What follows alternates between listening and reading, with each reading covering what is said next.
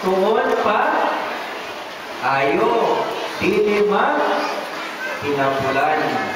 Pao kini nga kumanon ngayon ninyo ang mga gisugo sa inyong mga ginikanan.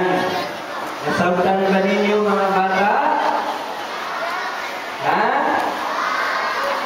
Pao kini nga kinahanglan ngayon nga tumanon ninyo ang ilang mga sugo.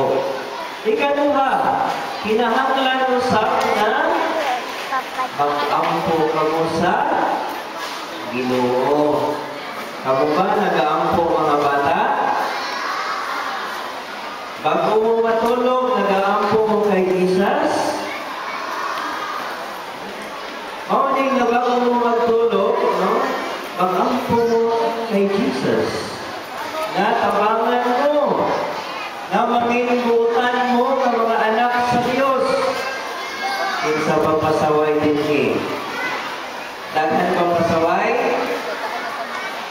Kinahanglan kayo na din magpasaway ha? Sa mga ginikanan o sa inyong mga teachers.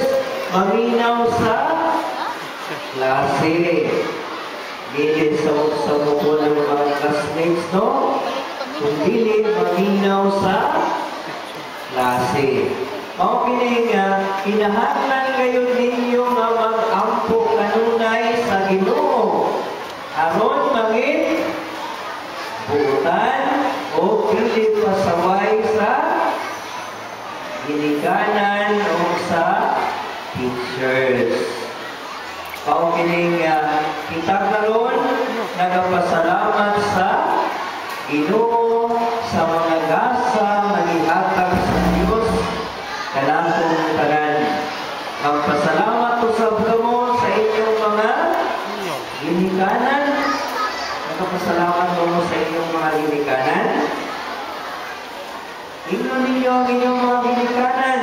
Salamat Mama, salamat Papa sa inyong pagsuporta kanako, sa inyong pag-iya kanako nga manginbutan ako, na mangin maayo na inyong mga anak.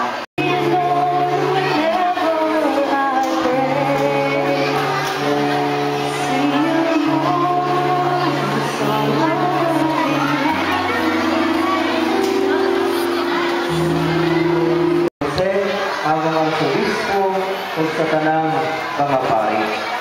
Pinumdumi mo sa among mga igsuon na nangamatay, malauon mga banhaw sila, huwag tanan na namatay, diha sa imong kaluoy.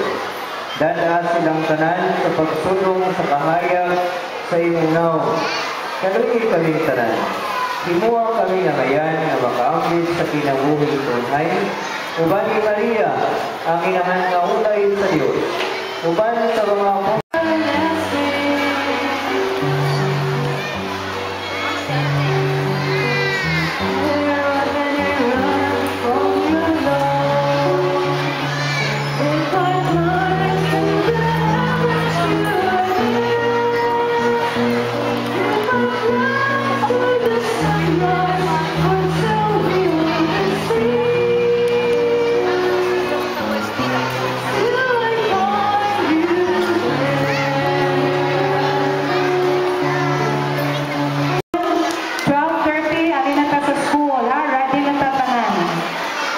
One